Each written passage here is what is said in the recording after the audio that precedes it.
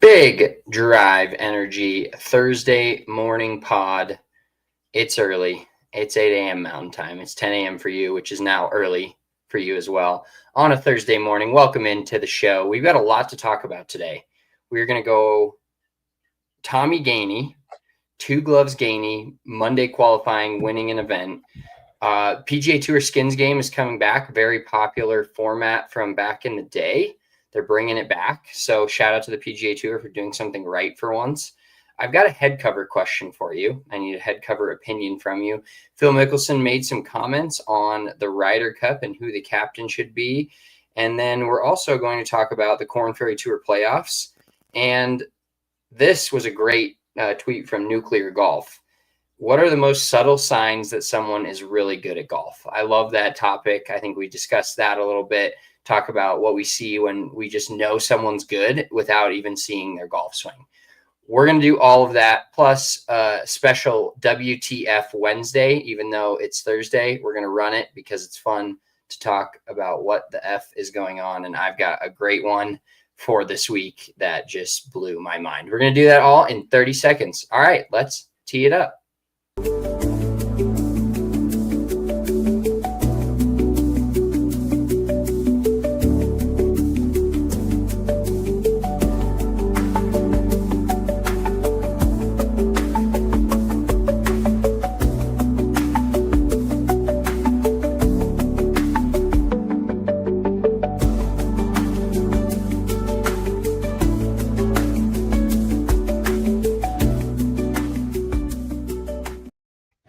Big Drive Energy special Thursday edition. How are you doing, man? You've been playing a little golf this week. I played golf all weekend in the Sandbagger Cup. I was going to say that's a sick hat. Very cool. Yeah, dude. I'm going to give like a no free shout out to Branded Bills. They're the absolute GOAT hat. And other than like maybe 47 makes really good hats too. I was going to say 47 and Branded Bills might be the two most comfortable. I mean, obviously Pins and Aces makes a comfortable hat as well, but just from a perspective of like a brand of hat that is just has different logos on it. You know what I mean? Like whenever I go to a pro shop and want to grab a hat from a pro shop, it's generally a Branded Bills hat. There's not a lot of 47 golf hats. The one thing I will say about 47 is they don't breathe as well generally. Branded Bills is probably your best option for like a pro shop hat that you know you're going to be able to breathe a little bit in, and you're not just going to sweat your ass off. Yeah, I always have the toughest time finding like a good hat that fits my head. I just have such a little pinhead. And these hats are too tall nowadays. I have this one hat that has a little cactus on it, and it looks like I look like Doug Dimmadome in this hat. Like, it's ridiculous how big the top of it goes up. I could fit multiple illegal things underneath my hat in between the top of my bald ass head. This reminds me real quick. I just have to tell you this, and this might be an inside thing if you don't know who Doug Dimmadome is, but I saw an AI video of Doug Dimmadome getting arrested the other day. Yes, I thought that was real. I almost sent it to you. And then I was like, hey, wait, I don't think Doug Dimmadome's a real person. And he's like, do you know who I am? I'm Doug Dimmadome. I'm like, oh my God, this is fucking perfect. So that's pretty inside baseball for us, but that is hilarious. That I would say that hat actually fits your head pretty well. Yeah, it's not bad. It doesn't do me too wrong. I think my abs, I have two Avalanche hats, one that I wore through the whole cup run, and then I got a new one after that, and I think those are 47. And there's nothing like sliding that bad boy on. Although for me, my hair has been changing so much from like a shaved head perspective. Now I'm growing out the mullet a little bit again, but had a full, like all the different stages of my hair. I like had to change the notches on my hats multiple times. And if I haven't worn a hat in a while and I put it on, I'm like, oh, this is my mullet hat, because it's clearly another rung too big. And now I have to tighten her up a little bit. I wouldn't think, given the thickness of your hair, that you would have to change the settings in your hat. You wouldn't think so, but it legit does change. It changes one. No, I know. I'm kidding. Like, when I get my hair cut shorter on the sides, I can definitely feel a hat a little bit looser than when I've got some hair on the sides and in the back. So Anywho, speaking of the Avalanche, I think we touch on a little bit of random sports before we get into golf. Avs looked like a wagon the other night. That was a fun game. It feels so weird that hockey's already back. Like, I think, in my opinion, it feels like the NBA should be back before hockey. Am I wrong there?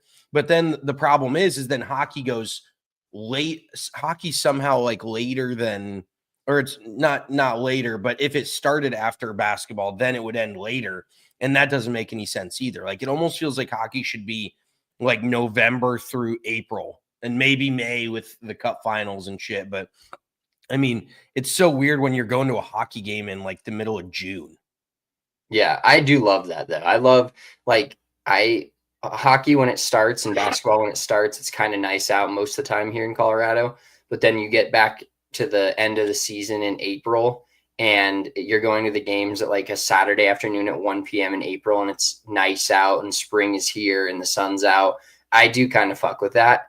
But the late May, early June feels a little bizarre, but also is great because then your summer's kind of occupied by, you know, we love golf and watch every tournament, but summer's a little more occupied with some other sports, especially if your team is in it.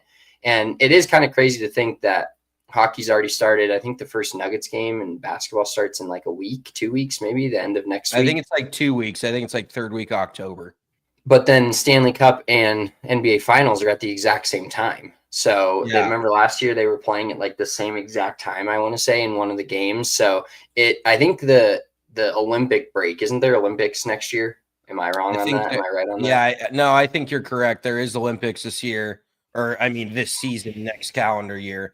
But I also feel like maybe hockey gets a few more off days between games, like worked in, you know, like it feels like basketball is almost every other night, right on the, if not every night. But it feels like hockey, there's a few 2 to 3 day breaks where you're like, my hockey team doesn't play this whole week. What am I going to do? So that it is kind of a mind fuck a little bit, but I just love hockey season. See, in my opinion, I think hockey is walking into Ball Arena on a cold January night. And there's just nothing more electric than a cold winter night going in to watch a hockey game. That feels like hockey weather to me. I can't walk into, and that's why, in my personal opinion, there shouldn't be any hockey arenas. There shouldn't be any professional hockey teams south of like the Colorado, like maybe North Carolina is like the furthest south a hockey team should go. Even then, it's a little questionable. I think hockey should only be in cold weather. Like I can't get behind going to play hockey in Florida or Dallas or Arizona. It just doesn't make sense to me. I want hockey in a cold weather state. It's a cold weather game. You can't. Well, the NHL also couldn't get behind hockey in Arizona either. So, but yeah, I mean, it's just the best time of the year is that like Christmas time, around that time when NFL's going, hockey's going, football's going, basketball's going. That's also the NFL. We're almost to the football equinox, right? Like in a couple, like I gotta guess when basketball starts, we'll have baseball, basketball, football, hockey.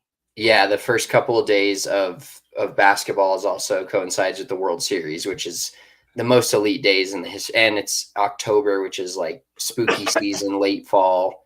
Well, it's October right now. You know that, right? Well, yeah, but late October. This is still early October. What is today? The 8th, 9th. Yeah, it's early October still. That's fine. Well, let's talk a little bit about our golf, though, the last couple of days. I want to hear about you played Monday and Wednesday, a little scramble round Wednesday. Yeah, Did you do anything Monday? I just played a couple scrambles. I think we ended up winning, or we got third place on Monday, and then I think there's two different like courses yesterday because it was 36.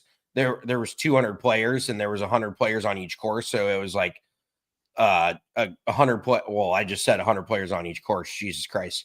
But I think we won our course's side of it, if I remember correctly. But I didn't really stick around for the trophies. Yesterday was a tournament. I mean, we had a blast, but it's a full open bar, and it turns into a cluster. And I don't know if this is smart of me or not, but yesterday morning I was like, I'm going to drive there with the intention of I'm not going to partake very often. I'm not going to have too much to drink, and then I'm going to cool off, after the round, have a bite to eat, and then leave, as opposed to last year when we went to this tournament, we Ubered there and I just got absolutely fucking housed. And I just really didn't want to do that because I still am not feeling 100% good. I got this virus last week, or I don't know what it was, if it was virus or bacterial or something, because I was actually giving a lesson to one of my students who happens to be a nurse. And I asked him if he had heard about anything going around. And he was like, I got this same thing. And he goes, are you still having like drainage in your nose? Because I got it last Monday. It was after we got off the pod for the Ryder Cup. And I still am like feeling the remnants of this 10, 12, 11 days later. So I can't really seem to get rid of it. And there's no worse feeling than being like feeling just good enough to where you don't stop doing things, but then not feeling 100% healthy, because then you just kind of keep pushing through, but then you never feel 100% better. So I'm kind of in that 80 to 90% range where I still have some shit in my throat. I still can't fully breathe out of my nose. He also told me, I've been a big Afrin guy. I love Afrin. And he said that you can get addicted to Afrin. And he said it like spikes your blood pressure. He said it's not good for you at all. So I think I'm coming down off of my Afrin fucking stint that I had, because I don't think I've ever had an over-the-counter medicine that works better than Afrin. You put that shit in your nose, and 5 minutes later, it's completely clear. That's why it's so addicting to me. I'm like, oh my God, I can't breathe. 2 minutes later, I can breathe fully. I can breathe more than I ever thought I could. And that's how I know it's probably not good for me, because it works too well. But long story short, I'm still kind of getting over the sickness. So I've tried not to hit it too hard these last few days on the sauce, but the scrambles were fun. I got to say, on Monday, crazy what the fuck Thursday that I have afterwards on the tournament we played Monday about something I found out yesterday. That's kind of a roundabout way of saying it. But so Monday we played at Cedar Hill Country Club in Livingston, New Jersey, which isn't far from here. And the course was fun. I mean, it like wasn't my favorite course I've ever played, but solid course. I have never seen a food spread like that at a golf tournament in my life. And I just got to go through all this with you, because this was truly unlike anything I had ever seen. So we walk in. First of all, they gave us all sleeves of Pro V1s. They gave us JBL speakers. They gave us each like a Titleist hat. They gave us like homemade cookies to start. That's just like in your goodie bag. And I'm just an absolute slut for chocolate chip cookies. Like that is, if I death row meal, just give me 2 dozen cookies and a gallon of milk. And I know I'm a sicko, but I'll just hammer all that. So then we go inside. Right as you walk in, there's a Bloody Mary station like in the entrance. So all custom, make your own Bloody Mary, or like somebody makes one for you with all the different mix-ins and all that. You go down to the breakfast. There's a full-blown turkey, like it's Thanksgiving, full-blown turkey carving station at breakfast. All the eggs, the your standard bacon, eggs, toast, sausage, blah, blah, blah. A full pastry setup as well. So the breakfast wasn't like, I mean, the breakfast was relatively standard, but a lot like turkey carving station for breakfast, a little over the top. So then the lunch, they had between the 9th and 10th holes, they had a grill set up. So an outdoor grill. Dude was out there with burgers, hot dogs, and then he had his own homemade ribs that he was just handing out. Like, hey, take a rib, and the ribs were phenomenal. Some other, like, the lunch was great, but then the dinner blew my mind. So you walk in, and this is, if you follow us on Twitter. Wait, this is Monday, so this is what was it? For Cedar, your girls? It was for like a Rotary Club. God. It was with one of Missy's clients, but it was like a Rotary Club. Oh, you forgot your shades. Okay, there you go. It wasn't anything like, I don't even really necessarily know what it was for. One of Missy's clients just invited us because he was bringing his wife, and he's like, you guys come and play. We'll have a good time. We're like, okay. Excuse me. So then after the round, we walk in. There's a full raw bar of a bunch of, like, a mountain of shrimp cocktail. And then on I the would have other never left that spot. Oh, Never. dude, it was insane. And then a whole thing of oysters on the backside of that. There was all oysters laid out with lemon, cocktail sauce, horseradish, all that. So there's a raw bar. Then you go in, there's full prime rib. There's a make your own pasta station where they had 3 different kinds of noodles pre-cooked. Then they had different sauces and then different toppings. So you could be like, I want the rigatoni with vodka sauce and like some mushrooms and some broccoli. And there's like basically like an omelet station, but for pasta. So there's this dude that's like throwing this pasta in a pan, heating it up for you, cooking it for you, and then putting it right in a bowl. And then on top of that, there was lamb chops being walked around. There was like chicken skewers being walked around. There was like mini pigs in a blanket being walked around. The food, I can't even, and then the dessert spread was unbelievable. Like cheesecakes out the ass, more cookies, like macaroons, freaking brownies, you name it. Like there was so much shit. I swear the food was probably like $150 to $200 a person. I don't know what it costs to play in that golf tournament, but the food alone, I'm like, this is like a $200 meal easily. And that was just the dinner. Thinking about the tournament fee for that's had to be like a $50,000 to $70,000 event. Oh, dude, all together with all the people. I forgot this. There was a full blown paella. Paellas like in the Spanish, like the big pan of seafood and rice that they do. God. Like dude, it was, and the paella was like the size of the table. It was like 5 feet by 5 feet, just covered in shrimp and a bunch of and lobster and oysters. And I was like, dude, this is freaking unbelievable. I have never seen a golf course, like just a random golf tournament food setup like that. So I just had to, that is the most memorable scramble I've played in a while. And it wasn't even because of the golf. Like the golf was, It was fun, but it wasn't anything to write home about. Then the meal afterwards, and all the booze was included all day. So we were, hitting the sauce a little bit. I was like, holy shit, dude, it was probably the most well-run golf tournament I've ever played in. I was shocked. I figured that's probably $500 a person easily, and the golf was maybe 100. So it was just a lot of food, a lot of free stuff that they gave away. It was awesome. And then yesterday was fun as well. It was for a golf tournament. Jesus Christ, for a liquor distributor. So all the booze was also included there. Everybody likes to get a little rowdy. The Bev Cart girls are taking shots. There's girls driving around, taking shots, taking, pictures of the groups and stuff. So I kind of I did end up Irish goodbying because I had to get out of there. And I was like, if I have any more to drink, my car is staying here tonight. And I don't mean to sound bad, but I was pretty sober. I had maybe like 2 drinks in the last couple hours. So I was like, I feel like I'm in a good place to be able to get myself home, which here I am. I made it. Yeah, we made it. But I've been hitting some weird, like my wedges have not been as good, and I really haven't played very much. Like these last 2 rounds I played, I haven't hit balls really other than that in the last 2 weeks. So just the small things haven't been as good, because that's normally what I'm very good with is the wedges. But I've hit some I've been hitting the driver good, hit some good iron shots. But there was a shot yesterday I hit like 40 yards.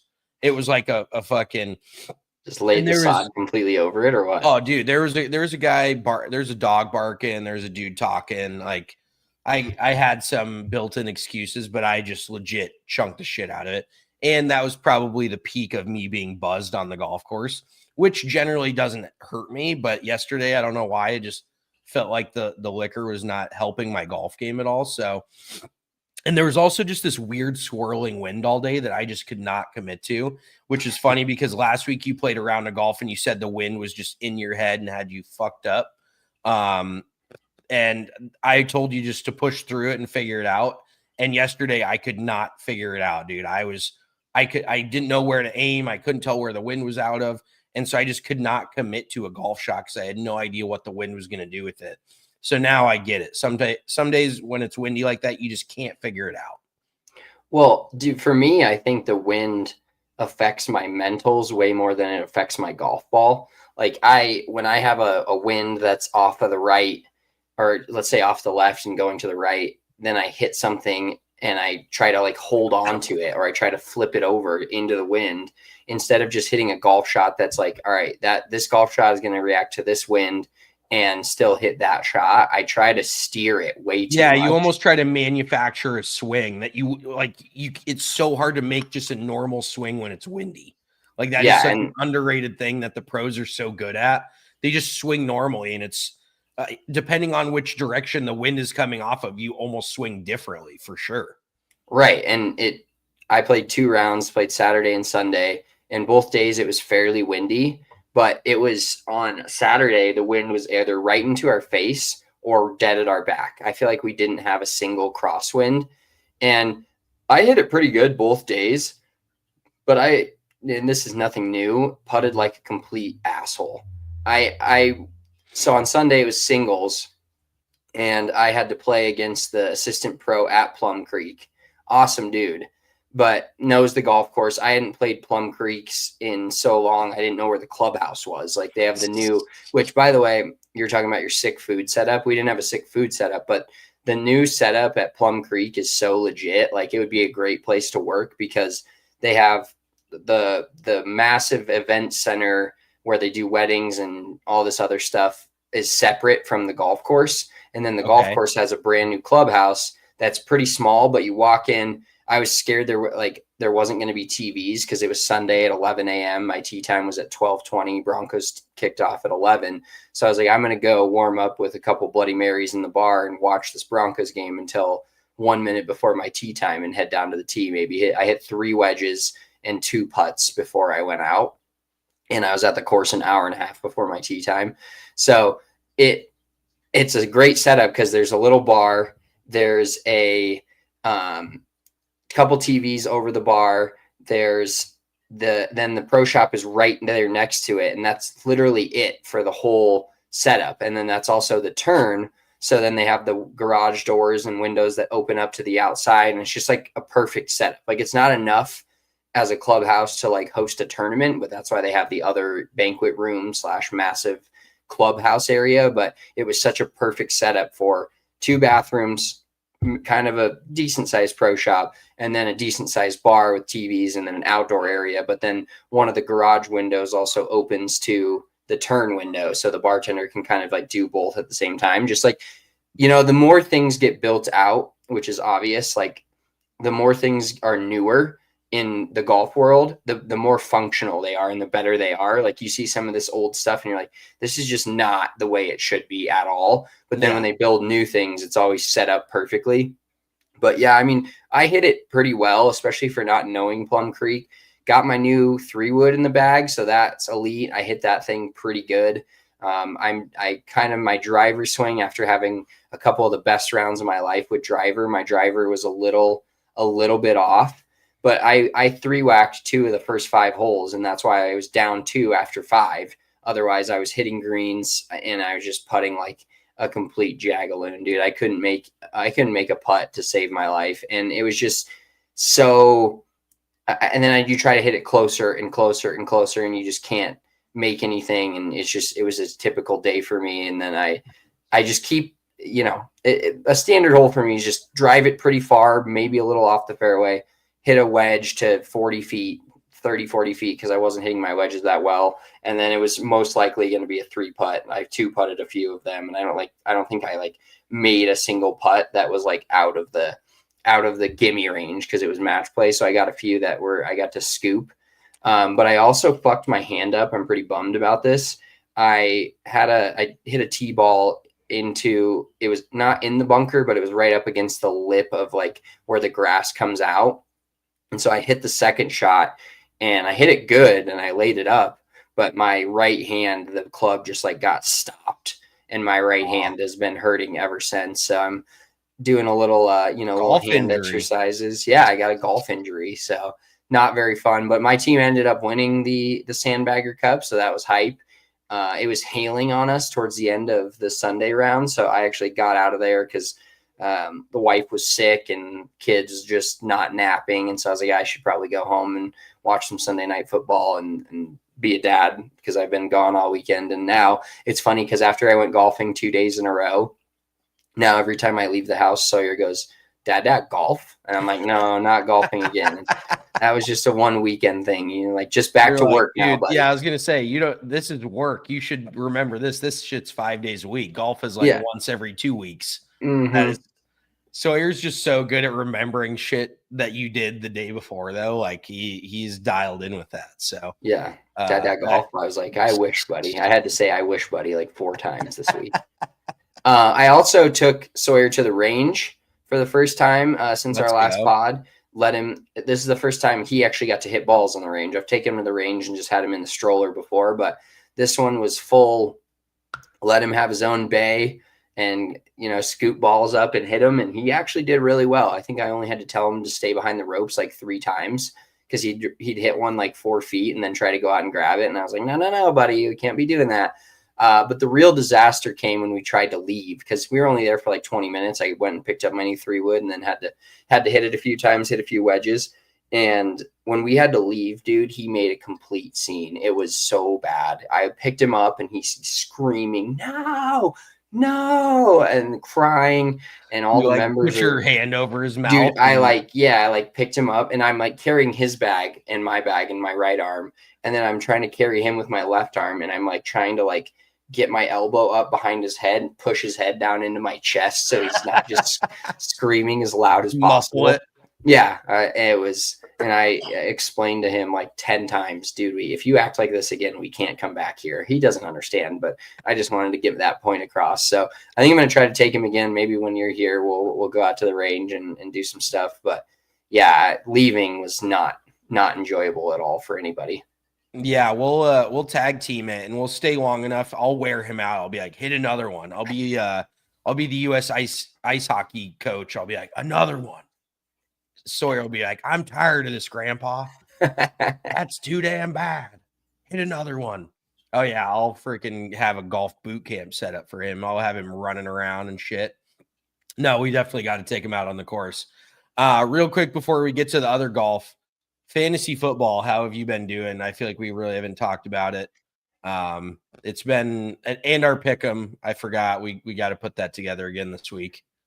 Fantasy football was good. It was a good week for me. I got some big comebacks on the Monday night game. Shout out to Brian Thomas, even though he's been kind of a jag literally all year. He had that big catch where it was like a 40-yard catch, so 40-yard catch on the last drive. So that ended up being a 5-point swing. And then I also had Cam Little, the kicker for Jacksonville, who nailed like a 50-yarder pretty late. So in our league, our 8-team league, Battle of the Brothers, I'm now 4-1, so feeling really good about that.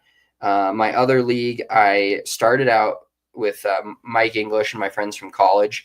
I started out 0-2, but have made a nice 3-game win streak going. So I'm 3-2 in that league. Feeling pretty good about that, other than, even though you keep giving me shit for this, one of my wubbies this year was Omarion Hampton.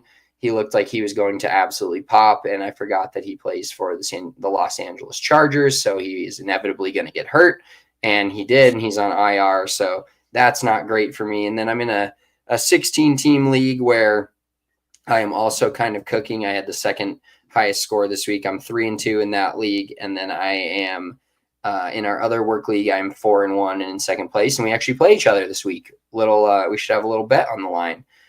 We play each other this week in that league. So honestly, the only league that's not for money, just with some of my high school friends and my wife and stuff, I'm like 1-4, not great. And then Yahoo sports leagues, that's with Kylie's whole like family and their friends. It's just not possible to be a good team in a Yahoo sports league. I've found there's a direct correlation between a Yahoo sports league and me being dog ass in fantasy. It's just not fun. And that's how I feel about the CBS Sports app as well. I feel like it is impossible to have a good team inside of this CBS app that I hardly can change my lineup with. And you click on the projections and then it just takes you to a random place. Like, I don't necessarily understand the CBS versus Yahoo. I mean, I think Sleeper is the elite app at this point. It's just so easy to maneuver. so easy to get around and change your lineup and look at the scores and all of this. So yes, I concur. Anything non-ESPN or sleeper, I'm just dog shit in, and I just blame it on that. Yeah, it's not fun to be in a non-ESPN or a sleeper league. Do we how does your fantasy going, or do we want to get into some golf? Because we do have a Ryder Cup topic, just one last final Ryder Cup topic, and then we'll get into the current state of some of the golf from the past weekend and some different comments from some people. Well, let's see here. I am 2-3 in 3 of my leagues and 3-2 in another league. So I am just very mid. I'm effectively, what would that be? So that'd be 6-9 and then 9. And so I'm 9-11 in my 4 leagues combined. So 2 games under 500. I'm very middling.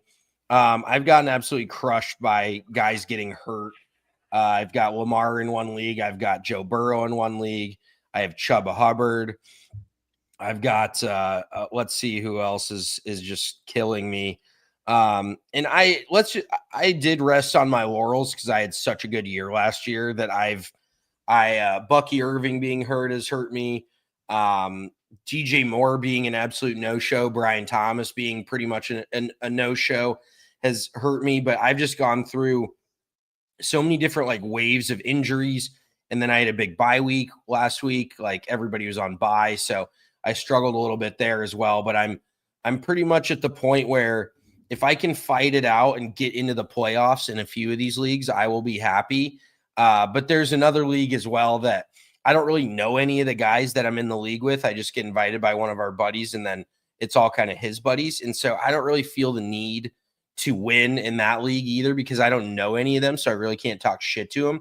I know a couple of the guys, but I don't really know the rest of them. So I don't really feel near as much of a need in that league to win as much as I do like in our brothers league or our other leagues that we're in together where I really feel like I can talk shit. So I think Spencer has left us to go tend to his son, if I'm not mistaken. Oh, there he is. We're playing Bang outside now. Or we were yelling. Miss Rachel apparently has only got about a half hour of attention span, but now we're outside playing with our water table.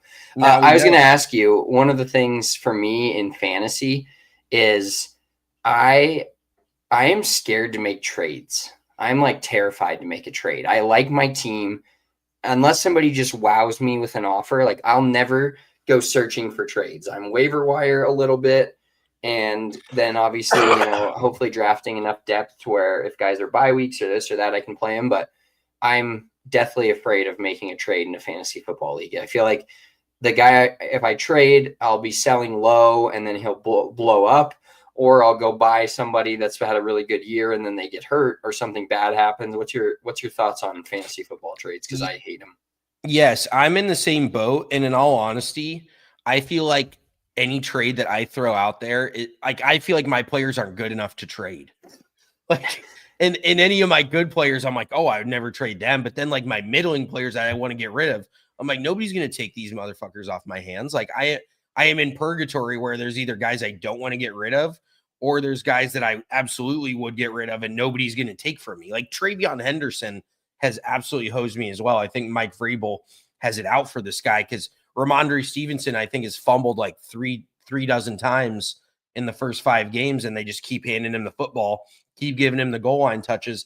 They've even gone like to their third string. Like I forget who it is. Like I don't know. They just, why draft Travion Henderson so high if you're just going to literally keep him on the bench the entire game? So that has kind of hurt me. But there's definitely, I mean, if you think about it, the Ravens offense has been bad this year. The Bengals offense has been bad. There's been a few offenses that you would like to, connect yourself to, and you feel like they'd have pretty good fantasy seasons, and they just have not been good this year. So I have T. Higgins in quite a few leagues, which has really hurt me. I have, like I said, I have Joe Burrow in a league that has really hurt me as well. So there's just been, I feel like it hasn't been a very standard fantasy season. Like anybody that has Jamar Chase has been getting hosed. Like that just sucks. Spencer loves Jamar Chase. I think I have him in like 3 leagues, but the Flacco return will be huge. Oh, dude, Flacco is just gonna huck it down the field to T and Jamar, so that'll be fun to watch for sure. But yeah, I'm not a huge trade guy. I'm not just sitting there like oogling over somebody else's roster, being like, who can I take from them? And I guess you never know. It's one of those where you throw it out there, and if they take it, they take it.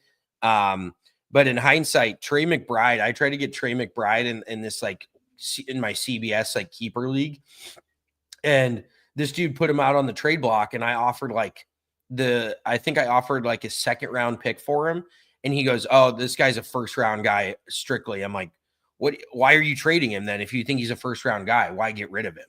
So that's just where trades don't always make sense. You know what I mean? Like, if you like this guy, it's so hard to trade somebody because you're like, if I don't want him, what value does he bring to this other team? You know what I mean? So I don't know if that makes any sense, but No, it makes perfect sense. Yeah. I'm the guy that like I look at my starting roster, my normal like if everybody's healthy and everybody's not on bye week, I have a starting roster, and then I don't want to trade any of those guys. So I'll trade any of my bench guys, which nobody wants. But then also if I trade my bench guys and get a starter, then one of my starters that I like goes to the bench, and it just doesn't make a lot of sense. So yeah, I'm in the same boat.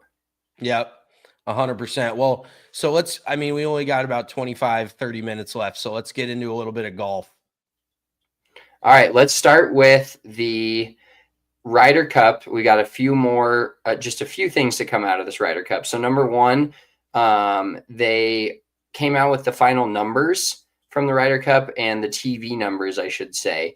And there was average was 3.22 million viewers, peaking at 5.3, but fell short of the average of 2021's 3.51 at Whistling Straits. It was the least watched Ryder Cup Sunday since before 2000. And unfortunately, it was probably, I don't remember watching a ton of Ryder Cups, obviously, before my teenage years or even into my early, 20s, I guess. The last 4 or 5 Ryder Cups I've been pretty dialed in on.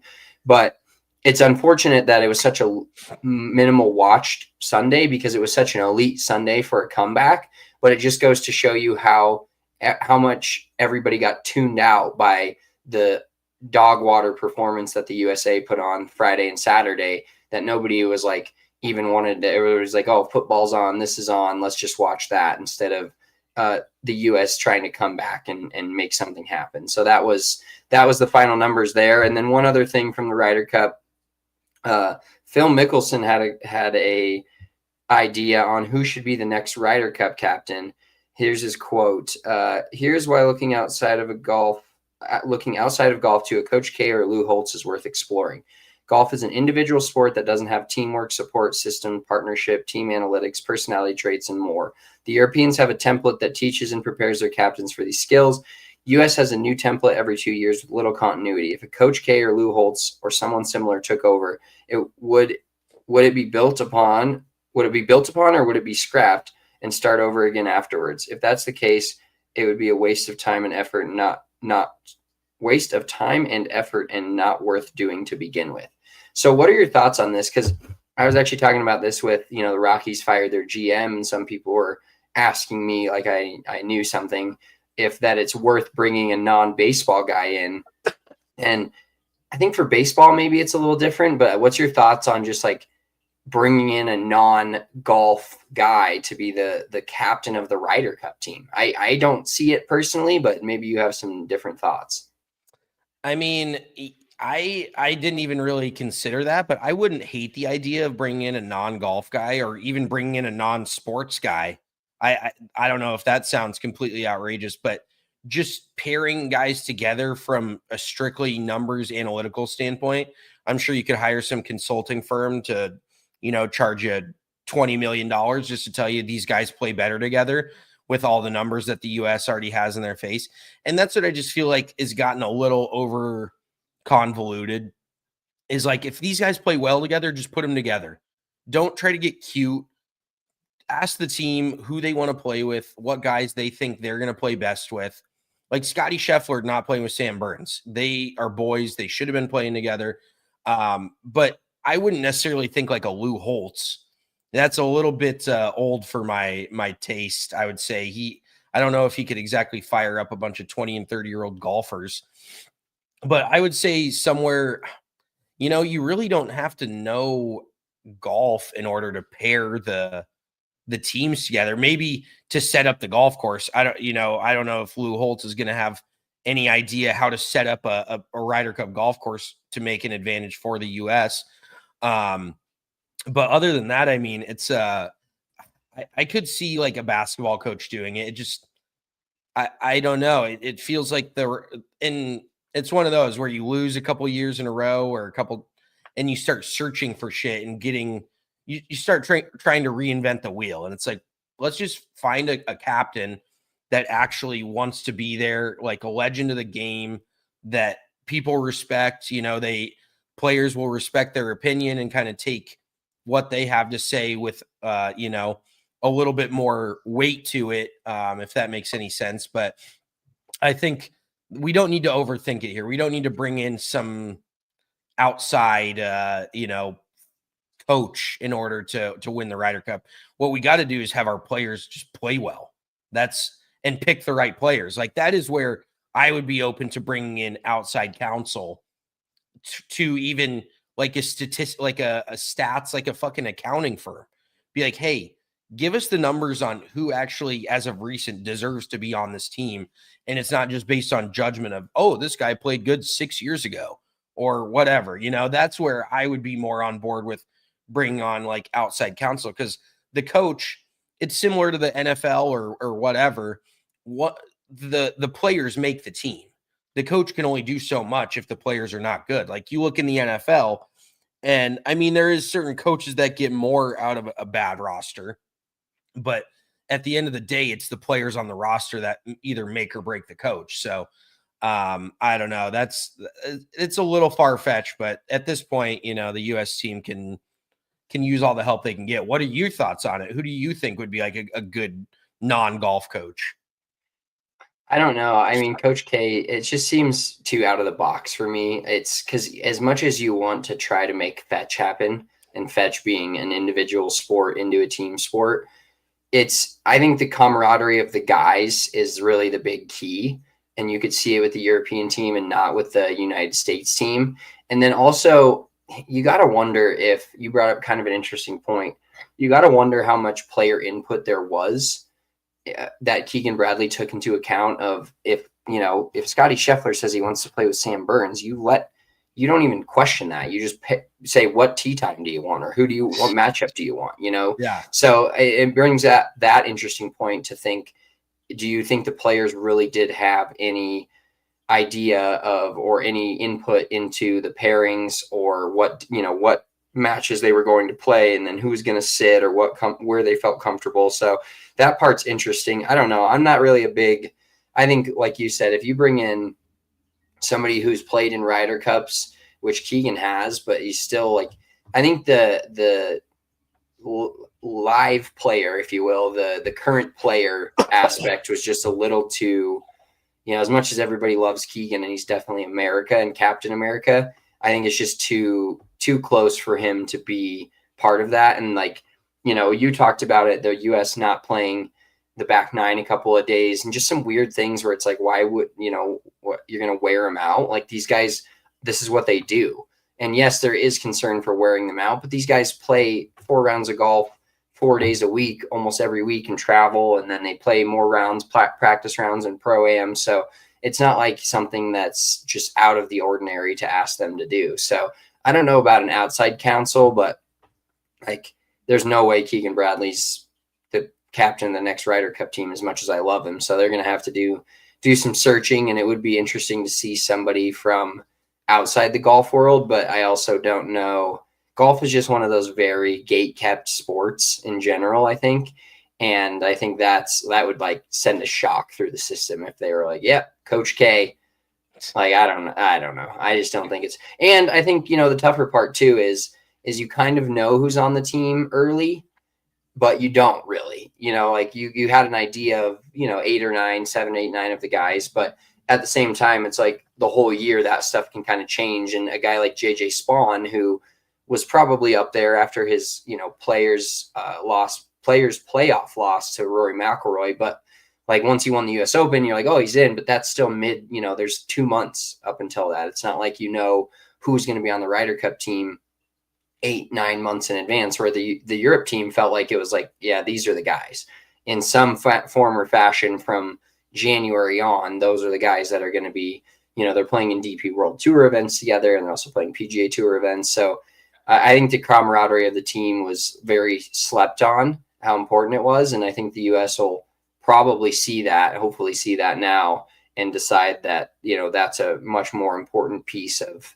the team building and the actual performance of the players than it led on to be before. You're like, oh, well, everybody's good at golf, or really good at golf. Obviously, there's good for even PGA Tour level. All these guys are the best 12 that we got, but that if they don't get along and they don't have the camaraderie and they don't feel comfortable playing with each other, it's just not going to work out. Yeah, I mean, and the U.S. team's just really never going to have that camaraderie. That's not how the PGA Tour is built, to create camaraderie amongst players. Here's one thought before we move on. What about a former athlete from a different sport, like a Michael Jordan or a John Elway or a Peyton Manning, or I don't know, just somebody that's just a super fierce competitor that knows how to win in their respective sport, even if it's not golf? I wouldn't necessarily hate that. Like, obviously they're not telling you, but no coach is telling you how to play the game. Like, they're not being like, oh, hit this shot this way or whatever. It's just more about being competitive and how you beat your opponent. And so in that aspect, I could see somebody coming in from a different sport. Peyton Manning would be electric, because Peyton Manning Michael Jordan probably too, but they would care. Peyton Manning is so detail oriented and focused that, like, if you gave him that role, you couldn't just give any former athlete. Like, there's a lot of former athletes on, the podcast on the company I work for that don't know fucking shit from apple butter about anything other than the sport they played. But Peyton Manning is definitely a guy that would be dialed in and laser focused on it, that I think that's a guy worth exploring. Of course, we love Peyton because he brought us another Super Bowl and gave us 10 or 5-6 years of amazing football and just elite offensive prowess that we got to witness, and becoming one of the favorites in the NFL for 5 straight years. But I think there's a very few select guys that would have the wherewithal to do that, and then be committed enough to the analytics part of it, and learning the game from just outside of what they know from just playing their casual rounds that they play. Yeah, for sure. Should we touch real quick on Tommy Two Gloves winning on the Champions Tour? Yeah, electric win, because not only did he obviously win a Champions Tour event, but he Monday qualified for the event and then goes on to win it. I mean, I'm so happy for this dude. He's a big break legend. Let's just start there, because we love Big Break growing up. That was our show. Kind of one of the shows I would say that got us into golf. And the Golf Channel's still completely missing the mark on not bringing that back. But this dude has really had no status. Me in 20 years. You in 2 years, more like. Oh, wow. Shave the top of your head. For those of you who don't know who Tommy Two Gloves is, he is like as backcountry South Carolina as it gets. You know what his middle name is? What? Dale. Tommy Dale Gainey. I guarantee you that was named after Dale Earnhardt. His dad was probably a huge NASCAR guy. He's like, his middle name's Dale after Dale Earnhardt. His first win was a Hooters Tour event. Yes. Well, in Tommy Two Gloves, I don't know if you remember this, but there was a whole story written about him back in the day where he had a backer that he would go play money games against dudes for like 30, 40, 50 grand against other guys that had backers as well. They basically were like, for lack of a better term, like show ponies, where one guy would have Tommy Two Gloves, the other guy would have so-and-so, and they'd pay him for the round, obviously, but then they were just wagering on their guy. And that's how Tommy used to make money playing golf. But the dude has been grinding with virtually no status anywhere for the last 25, 30 years. And talk about a dude that's just a golf lifer. Like, he would rather go grind mini tours than go pick up a fucking hammer and go, do HVAC or be a plumber. And he's like, dude, I'm a golfer. Like, that's what I do. And so he's just been grinding. He Monday qualified for his first three events on the Champions Tour this year. as the medalist in every event. And I don't think people understand how hard it is to qualify for a Champions Tour event. I think they take 3 qualifiers in each event, or each Monday qualifier, out of like 80, 90 some dudes. So you have to fire, in the mid 60s to have a chance. And for him to then Monday qualify 3 times and then finally get a win, and now he's got full status on the Champions Tour. Like the interview with him afterwards, he's like, I've been grinding for a long time, and God finally answered a prayer. Like, that is the coolest shit that you love to hear about a guy winning. And who knows, he could go on to have a fantastic Champions Tour career. Like, there's been so many guys that never really made it on the PGA Tour and went and had a fantastic Champions Tour career. And that's not like your local 3 handicap at your club that's like, oh, once I turn 50, I'm going to give it a shot. Like, these dudes are legit +6, +7, firing in the mid 60s all the time, and just could never make it work on the PGA Tour or even the Korn Ferry Tour. And then they get out to the Champions Tour. It's only 3 days, different course setups, a little bit more relaxed. Like, obviously all these guys are in their 50s and 60s. They're still huge competitors, but a little bit more chill. And they just go out there and they career it. Like Bernhard Langer, Steven Alker. I think I saw a stat that Steven Alker made like $800,000 in his whole PGA Tour career, and he's made like $12 million on the Champions Tour. So there's just certain dudes that once they get, sometimes, dudes, I know guys don't mature as quickly as women. So some guys just have to get into their 50s to really realize how to play golf at the highest level. And then once they get there, they absolutely career it. So it's never too late to peak. And I hope Tommy Two Gloves is a mainstay on the Champions Tour, because he's just a fun watch. Like, the dude is so unconventional. His swing is not normal. Obviously, he's wearing 2 gloves. He putts with gloves on, which makes him look like a total 12 handicap. But just a sick win for him. I loved it. Yeah, it's fun to see the different stories. Like, there was a couple of different stories, which we won't even get to all of them today. But the guy that won on the PGA Tour, Stephen Fisk, I believe, just a long time, just grinder, mini tour guy, champion, or web.com tour, fucking nationwide tour. What's it called now? The Korn Ferry Tour. Ferry. Yeah, we've outlived 3 different tour names in the minor leagues, if you will. That is kind of crazy to think about. Like, all-time grinders that then end up winning when they're later in their career. And maybe it's just something you figure out after you have kind of gotten knocked down, because the thing with just all professional sports, and especially golfers, is where he grew up, he was the cream. He was the best player in the fucking, to everybody, in everybody's eyes, and like, oh my God, this kid's making it pro. And every small town or area in the United States or any place in the world has these kids. And then they get to from a big fish in a small pond to a small fish in a big pond. And some of them end up, drowning, and some of them end up swimming, or some of these guys, they drowned for 20 years and then they realize, they kind of get knocked back down a little bit, knowing that they can't compete every day on the PGA Tour. I mean, Gainey he made 5 cuts in 23 events his first year on tour. That was back in 2008. And then he finished like, I think T3 in the Puerto Rico Open or some crazy shit at the end of the year to get to the 148 in the money list and guarantee himself some tour starts for next year. So just little things like that, one event can truly change your life. And it's kind of like that in the NFL and other sports. Like, you can have one game, but mostly it's seasons and contracts. And golf, you can truly change your entire career trajectory and life in one 4-day or a Champions Tour 3-day span of golf tournaments. Yeah, 100%, dude. It's super cool to see. Speaking of an unconventional golf game, do you want to throw out a few things that you think low-key make a player, like, or what you mentioned earlier, low-key things that somebody's a good golfer if they do these things? To me, I don't have too many of, I know they're a good golfer.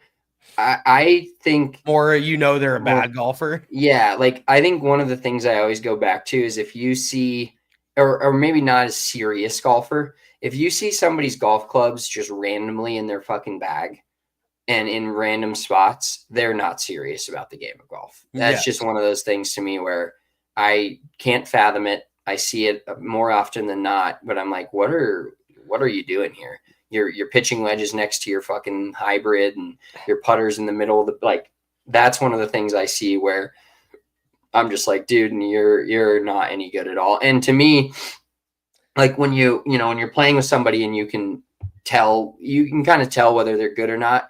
To me, a lot of the like really good amateurs just have like kind of sick ways to make shots happen. Like there's just like a shot where you think somebody's fucked and they just somehow like constantly are pulling stuff out of their ass because they're just like they've been golfing for so long. They're an a range person. They're a actual golf person, or they get around the green and just have insane touch. And you're like, where did that come from? I fucking feel like I am pretty good at golf and play a lot of golf and don't practice a ton as much as I should, but like their short games are just far superior than mine. That's what makes a good golfer to me is like the first hole they hit it in a bunker and they hit a bunker shot to like 3 feet. That's a serious dude. I was just going to mention the bunkers because this is something that automatically will tell me if somebody's not a good player. So maybe I guess if they do the opposite, then they are a good player. If somebody gets into a bunker and immediately addresses it with a square club face, I'm like, they're unserious. Like, unless it's a fairway bunker. If you're in a greenside bunker and you're addressing it like every other golf shot you hit, you're fucked. You're not going to hit a good bunker shot. So that's immediately, I'm like, oh God, they're hitting this 2 feet in front of them or 40 yards across the green. Like, that's not going to work. A couple other things. When somebody takes their wedge, like after they take a practice swing and they take the wedge in their right hand and they like wipe it on their pant leg on their left side, or they knock it off with their shoe. That's how I know they're a good player, because that's just a good player move that you don't see amateurs doing. They'll hit the ball with a wet club face, or they won't wipe it off beforehand. What are a few other things? Not knowing which side to tee it up on the tee box is kind of a red flag. Like as a fader of the ball, if you're not lining it up generally on the right side of the tee box, if you're just kind of willy-nilly just throwing the peg in the ground, that's a more low-key thing. But it kind of indicates your level of golf knowledge. And then, like you said, the unorganized bag is definitely a big one. Putting a tee behind your ear or in your hat, I think, is a pretty big red flag as you're a bad golfer. I've never seen a good golfer put a tee in their hat. I'm kind of, or if they've got a hat clip ball marker. I've never seen a scratch golfer pull a hat clip or a ball marker off their hat clip. That's just not really a thing that good players do. So is there anything else you can think of off the top of your head? Well, here's a couple of the comments. So this was tweeted by Nuclear Golf Discussions. I do love these questions because they just bring thoughts. The first most liked comment was bringing a towel to the green. I was literally going to say that, like when you wet your towel before and bringing a towel to the green. I'm just far too forgetful to do that. I think I wet my towel sometimes if there's a convenient bucket right on the first tee, and I'm like, I have nothing else to do while this other guy's teeing off. I'll wet my towel, but I will bring it to the green maybe once. I'm a just spit on it and rub it kind of guy. Spit on it. This is an interesting one. Reply: we don't take practice swings. He's obviously saying that he's a good player. He's got his Avi is him with a picture of a hole in one next to a hole.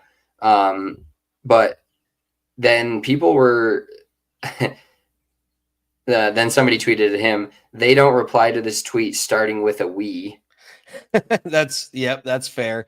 I will say that he's not far off, though. You'll rarely see a very good player make multiple like hard practice swings. Oh, but this guy's he then tweets suck it H word to this guy that replied to that, and then posts his gin app with his highs and low scores from this year. So this guy's handicap. Well, his handicap, it's not showing. It just shows his high score of 82, 20 scores, low score of 72, average score of 77. So a really good at golf, that's a stretch. If you're shooting if your average score is 77, you're not really good at golf. Really good at golf this is a whole nother discussion topic that we can't get into, but really good at golf to me is like half your rounds are at par or under, and a bad round is like 75 to 76. That's when you're really good. Good players can maybe scratch out of even par round here or there. They're mostly in the high 70s and averaging 77-ish, but that's not really good. Like for him to just die on that hill is Yeah, those are dudes that are actually like 2s or 3s, but they're probably really like a 5 or a 6. And don't get me wrong, both of those are very good players, but it's just like anything. If you are good enough, people will tell you. You won't have to tell people. And yeah, and this kind of parlays into it. Just another one of the replies, the quotes, in quotes, I play a little. Like when somebody tells you they just play a little bit of golf, that you're fucked. You're like, oh God, this guy's going to be really good. Yeah. The more, like you said, the more people tell you they're good, the worse player they are. The more somebody says, oh, I hit it, I was good 20 years ago, or this or that, they're a fucking stick. Yeah, exactly. They're like, oh, I play a little bit of golf. Okay, you're scratch. If they're like, oh, if you ever hear somebody say, I never play this bad, they are just flat out not a good golfer. That's just 100%. You'll never hear a good golfer because they know how hard golf is, and they know they will play bad, but they won't tell you how they never do this, because every good golfer knows that it's pretty easy to play bad golf. So, all right, one rapid fire quick discussion topic. Just give me your thoughts on this. So I got in my new Titleist 3-wood. It came with a head cover. I immediately flipped it out for my Nuggets head cover. What are your thoughts on like all branded head covers, or all, fun? Pins and Aces has a great line of head covers. There's so many that I can't have enough. I also have PTSD. I almost want to rotate my head covers. Yeah, I can't do it though. Like once something's on, it's on until I change that club. It feels like, or the thing gets ripped or sunburned. But what are your thoughts on people that have if they have, let's say, Titleist driver 3-wood and hybrid, and they have all just the exact head covers that they came with on them? What is your immediate thought to that reaction? That is kind of another sign that you're probably not a really good player. If you have to just absolutely brand whore yourself out, unless you're getting paid to put those head covers on your club, you don't need to just put the Titleist. And, I really don't care if you don't have any intention behind it. There's definitely people that try too hard with the head covers. Like they buy it from a course they played out once. Like I don't need a logo from 4 different clubs on all of my head covers. But at the same time, like if you're just like, you've got the Scotty head cover, you've got all the Titleist head covers. That's like a high school kid that's like, look what my dad bought me. Look at all these really nice clubs that I'm going to go shoot 95 with that my dad bought me. So yeah, I'm down to keep maybe one branded head cover. And it depends on the head cover as well. Like Titleist used to have the really nice sock head covers that they would throw on the drivers and stuff. Those are cool. But just a standard branded head cover, I'm out on, unless, as a club pro, a lot of times you have to represent the brand that gives you free shit. So I know my fellow club pro buddies have, if they're Callaway, they have a Callaway head cover on, shit like that. Even if it's not a Callaway club underneath there, if they don't like it, that's a possibility as well. Shout out Jeff. But if you're not getting paid to just rock a head cover, then yeah, you have one from your home course, and then you've got, your favorite sports team. You've got a random one here or there. Mine are kind of a hodgepodge. I mean, I've had my banana since I was 16 years old, and I'm just never getting rid of that thing. That is my wubby. I will die on that hill. But then the hybrid, I just switched out for the Pins and Aces craps table one because it's too good. I love craps. It's a full-on craps table. So that's on my hybrid. My putter right now is, my putter is the Coors Light, the swag Coors Light one, because I just had to get that putter head cover. It's so sick. And then my driver, I'm pretty open to switching out right now. It's the Pins and Aces Shark one, which I think is very cool, but there's really no reason for me to have I don't know. I just thought it looked cool, but it doesn't really necessarily have any meaning to it. So I may be open to a driver switch up at this point. Okay. Yeah, I've got my king card spades one for my driver that's purple and pink and white, and really that's a great head cover. I'm not gonna change that one for a while. On my 3-wood that I just got, I put my Nuggets head cover, which is an actual basketball, like a mini basketball with the old Nuggets logo. So it's kind of goofy, but I kind of fuck with that. That's kind of that. Honestly, that's one of the how somebody's subtly good if they have old head covers. Yes. If they have the old retro head covers, they're a fucking player. For sure. you know, you just can tell I can tell by looking at somebody's head covers whether or not they're actually good. That's actually Also, a never parlay into met. this one. Yes, if you're getting back into that, never met a good player that has a cart bag. If you are Oh, rolling around with a full-blown 14 compartment cart bag, I guarantee you're not good at golf. Like, Eric Schmiedeman has a cart bag now. He's rolling oh one this my weekend and it God. was See, dude, cracking like up. if you're I a former noticed that. club pro, did you not give him any shit for that? No, I did not. Oh my God, dude, that's embarrassing. Like if you're just slapping on a full ass stand or a tour bag onto the back of your golf cart, like with the handles on it, with the whole bit on it, like that's just and it also depends on your age. If you're over 50 or 60, go for it. Like I know you're not walking, you're throwing your shit on a cart and you're going. But if you're in your 30s or 40s and you just have a cart bag, or a, you know, I don't know. That's it's got to have legs on it. Let's just put it that way. It's got to Yeah. have legs. All right. Final quick topic before we get to WTF Thursday. The Skins game is coming back November 28th, Black Friday. Justin Thomas, Xander Schauffele, Keegan Bradley, and Tommy Fleetwood will face off in the Skins game return. Quick thoughts. I am pumped about it because this was a huge thing on the PGA Tour 20 plus years ago. I think the matches have been cool, but they're kind of getting to the end of their era now. But this being this like a rebirth of something retro, like any NFL team that goes to their retro jerseys, it's an immediate hit. Anything that you go back to something that they used to do, it's an immediate hit. And I imagine obviously it's Prime Video, so it's going to be mic'd up. That'll be great from those guys as well. I'm really pumped about this. And, you know, Black Friday between this and Iowa and Nebraska, we'll have a lot of TV viewing that day. Oh, for sure. And it's just going to be super fun to have an event like that. Like you said, the matches have kind of outworn their welcome. I mean, I like them, but they just feel like they've gotten too far away from like actual competitive golf. Now it's just kind of a fuck around, like a 6-hole. It's just a little stupid. I mean, the Rory Bryson one was fun, but the A little too celebrity much ones, hee-haw with that F yeah, around game. correct. Yeah, I'm not super into that. So the Skins game will be a lot of fun. And Justin Thomas, so it's at Panther National down in Florida. And he, I think, co-owns the course and helped design it. So I think Justin Thomas is going to have pretty distinct advantage on that golf course. But those are just such fun, like non-serious tour events. You know what I mean? Like but it's something that I think will bring in golf fans. Like you said, it's on Black Friday. Everybody's hanging around on the couch. It's just another thing to throw on the TV.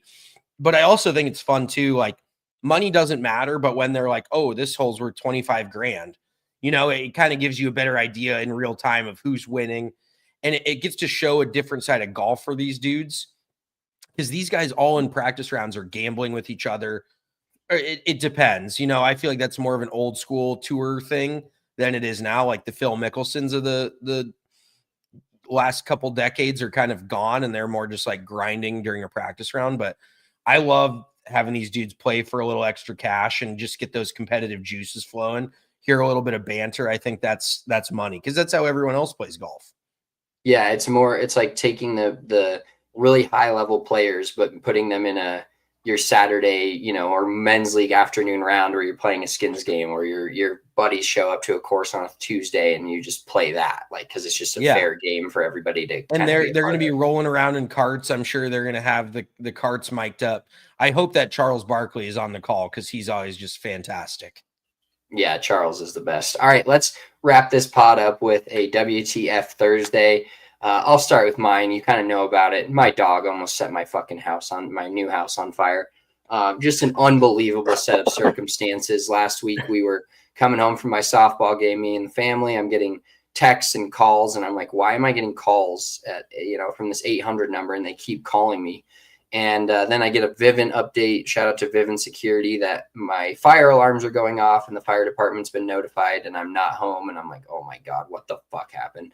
Long story short, he flipped on one of the burners. He flipped a plastic salt shaker onto said burner, which just then melted and smoked the whole house. The whole house smelled like this really weird salt. We didn't know it was salt for a couple of days until like 2 days later. I was looking for the salt shaker and I was like, it's gone. And I was like, that's what had to be, because it was so melted and black on the burner that you couldn't even decipher what it was. So long story short, now my dog is, every time we leave the house, he is in his little crate in his own room and doesn't get free reign of the house anymore.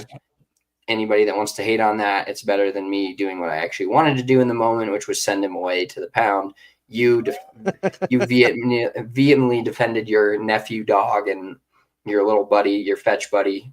So he's not going to the pound. He's not going to someone else, but he will enjoy any time that we're out of the house in his dog crate with some toys in his own room, because that was burning down a new house would not be the greatest way to start this new place that I love.